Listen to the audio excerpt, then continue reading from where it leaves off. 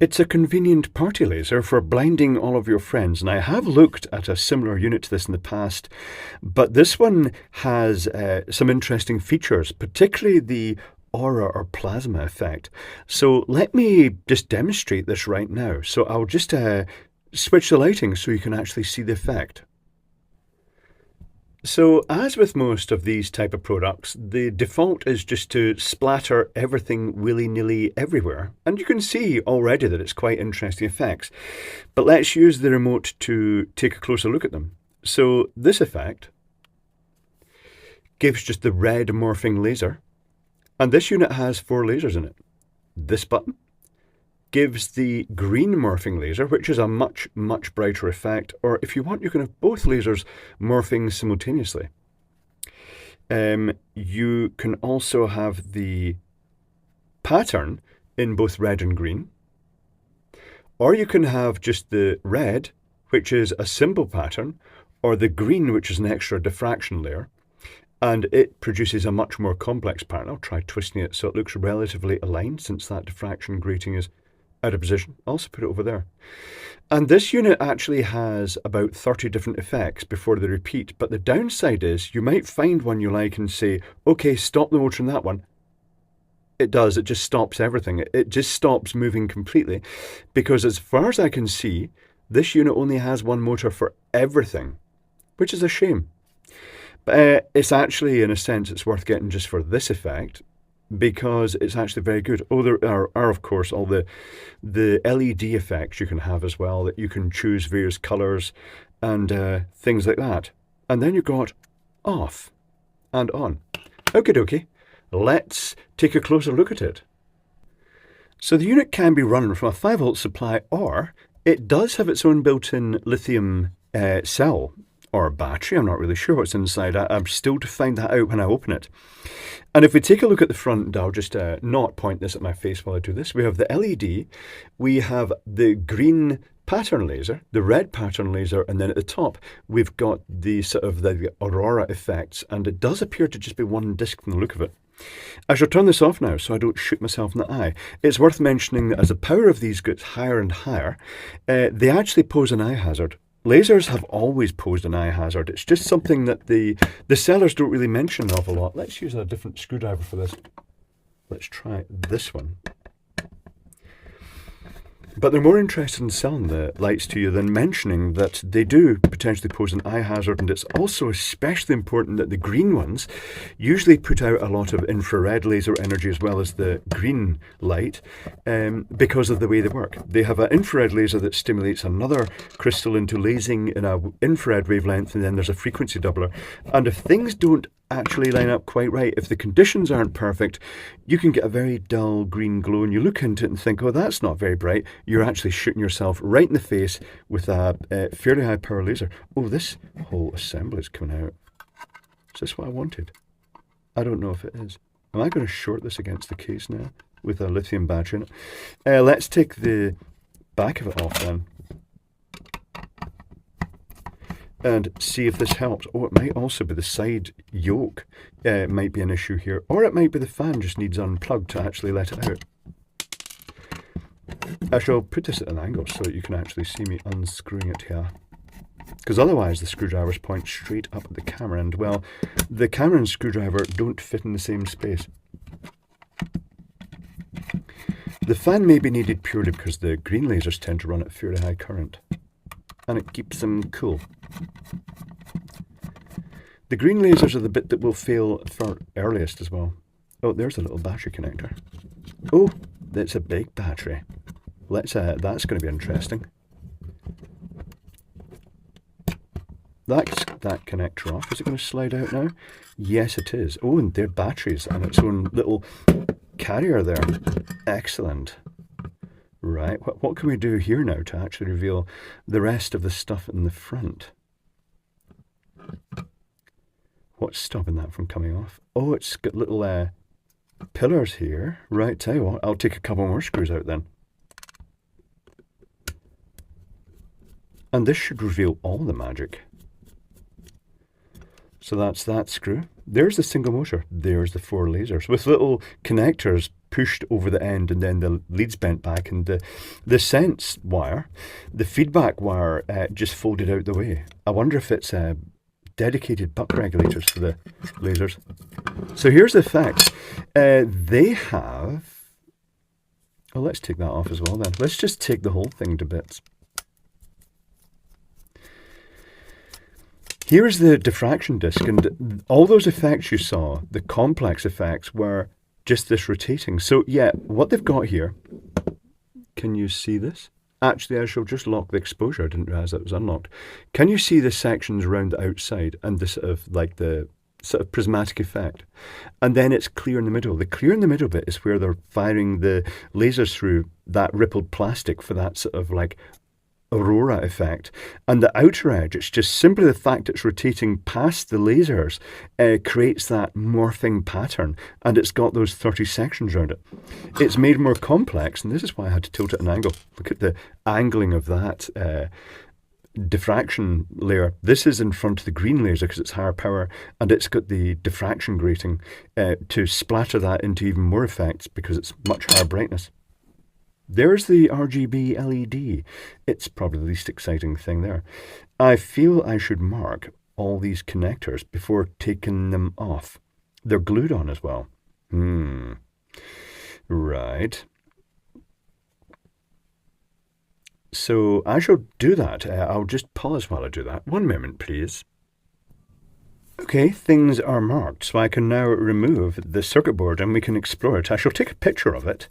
I'm not sure how deep I'll go into this because it looks fairly densely populated, but we can at least break it down into modules. I'm wondering if they're going to be using resistors for the lasers, as some of them do, or they're actually going to use drivers. I can see a couple of drivers. Not sure. Anyway, I shall take a picture and then we'll explore it. One moment, please. Are you ready? Then let's explore. Now, I said I wasn't going to completely reverse engineer. I pretty much have completely reverse engineered it, but I've abbreviated the schematics to just 3 pages.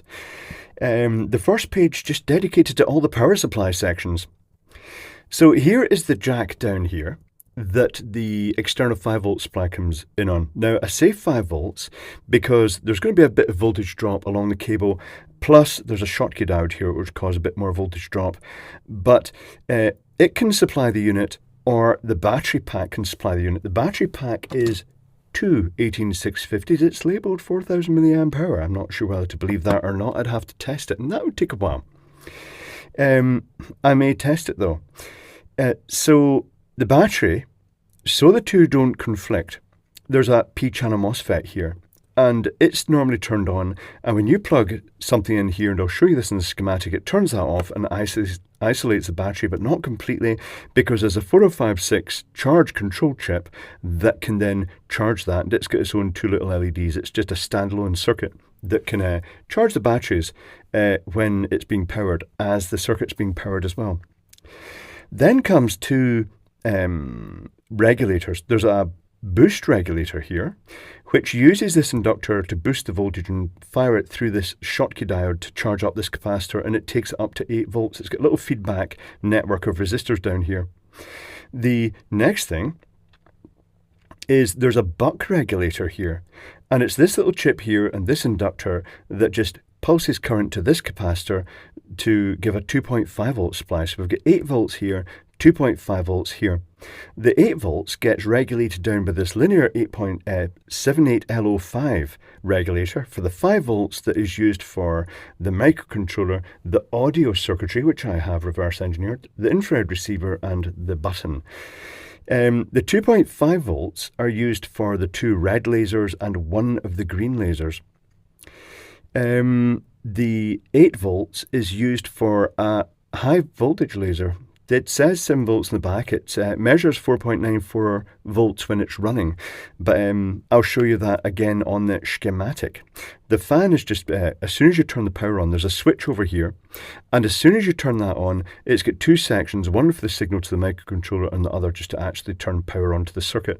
And as soon as it does that, it powers up the RGB LEDs directly from the battery or the input supply, and it also powers the fan up from that. and also it powers the switched motor. Right. The microcontroller has the audio detection circuitry for the microphone, and it's got loads of A2SHB MOSFETs, 1, 2, 3, 4, 5 for the 3 LEDs, one of the lasers up there, and the motor, and then another one up here for the other laser, another one down here for this laser, and another one here for that laser. That more or less sums it up. Let's take a look at the schematic. This took a while to reverse engineer. Those multi-supply rails were perplexing. So here is the 5 volts in from your USB power supply. And when you plug it in, it goes via this Schottky diode to the common positive here. Now, the other thing that can feed that common positive is these two lithium cells, which have this P-channel MOSFET A1 SHB. It's the P-channel equivalent to the A2 SHB. Now, normally, with a P-channel MOSFET, it switches to the positive rail, and to turn it on, you actually pull it negative, unlike the other MOSFETs that are switching to the 0 volt rail and you pull them positive. So this resistor here is the one that normally pulls that gate negative to turn it on. But when you plug in your external supply, it doesn't just feed that point directly, but it also, via this 100 ohm resistor, it takes the gate of that MOSFET positive, potentially a bit higher than the lithium cells, and it turns it off. And that's the bit that allows you to have either an external supply or the lithium cells. But even when the lithium cells are turned off, the 5 volt in can go to this 4056A charge controller, and it has its two charging status LEDs, 1.2K resistor, which means it's going to charge those cells at about 1 amp, and it can charge them even when they're not effectively powering the circuit. The output from that comes via the main control switch, and it then powers directly. As soon as you turn that mode to either auto or sound, it will close the switch over and it brings on the fan. So the fan's just running all the time, it's on in any position. The 5 volt supply then goes to the buck regulator, which produces a 2.5 volt supply. I've not drawn all the circuitry here, but just imagine this little box and inductor and the capacitors and the little feedback resistors, the usual stuff. And that also feeds the 8 volt boost circuit. Again, the inductor and the diode and capacitors are missing from here. And that 8 volt supply then also feeds the 5 volt regulator, which is a linear regulator, and it puts out 5 volts. So we've got the 4 supply volts, the 0 volts here, for the common reference. We've got 2.5 volts, we've got the roughly 4 volts of the lithium cells or the plug-in power supply. We've got 5 volts and we get 8 volts going across to the next section, which is the lasers. Okay, this is where it gets a bit odd. You see there's two completely different types of green lasers. So here are the MOSFET drives, and all the lasers have a capacitor across the MOSFET, and the motor justifiably has a capacitor across. Not sure why they're doing that. I think maybe they were just leaving options open for lasers, not sure. But the LEDs, the red, green, blue LED package, it's got 3 MOSFETs, and it's just got a 10 ohm resistor for red, green, and blue. And it doesn't have the capacitor across it. And these are all A2SHB standard N-channel MOSFETs. So the motor is switched with, it's also got the diode across it for protection. It would have been nice if the remote control had let you use pulse modulation of that motor to change the speed of it. That would have been nice, but they haven't. It just lets you run it or stop it. So after that, we've got the 3 MOSFETs with red, green, blue LEDs, each with its own 10 ohm resistor. Then we've got the 2 red lasers run from the 2.5 volt supply. Everything there is run from the battery type supply, just the unregulated supply. This is a 2.5 volt supply, and I measured the voltage drop across the 2 red lasers as 2.4 volts.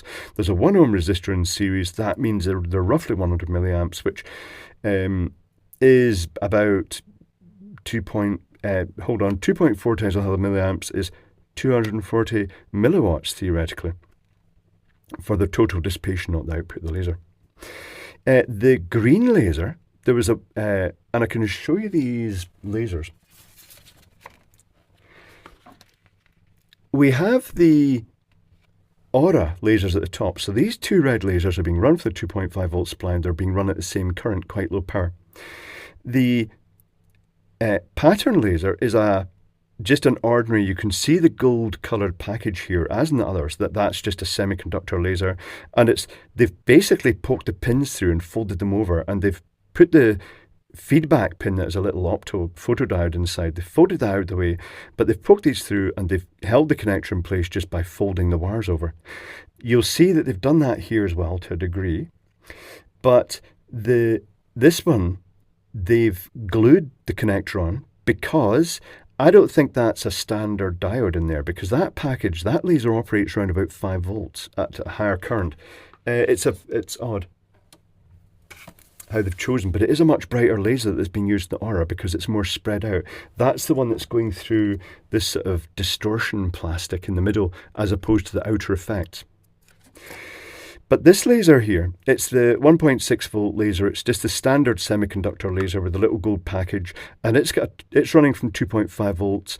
It's 1.6 volts is dropped across this because it is just an infrared laser that's it's stimulating another infrared laser, and then to start lasing at a slightly different wavelength, and then that goes through a frequency doubler, and that's what makes the green. But it's effectively just a high power infrared LED, 1.6 volt, 450 milliamp, 2 ohm resistor in series. Then we go to the 8 volt supply, and this is the only thing it's used for on the base for the 5 volt supply. And it's going to that odd laser module. And back it's marked 7 volts, but its voltage drop is about 4.94, suggesting it could well just be a 5 volt laser module. And it's got an 18 ohm resistor in series with it. And they've probably chosen that to drop it down to around about the 5 volts. And it was passing 170 milliamps of current, and that is used for the aurora. It's quite a bright laser. Let's go on to the next page, which is the microcontroller and the audio circuitry. I include the audio circuitry because people will want to know. So there's the microcontroller fed from the 5 volt and 0 volt rail, and it's got the infrared receiver also fed from the 5 volt and the 0 volt rail, and it's got a 10k pull-up resistor. The button has a 10k pull-up resistor, then all the outputs from the microcontroller feeding the different lasers and LED effects. But the audio in is fed from the 5 volt supply. There's a 10k current limiting resistor to this microphone. The microphone is a 2-pin microphone, and it basically acts like a sound activated resistor is the best way to describe an electret microphone. Inside is a little FET with a membrane with a charge in it, capacitively coupling charge, so when it detects audio, it modulates the voltage on that FET, and ultimately it changes resistance in response to the audio.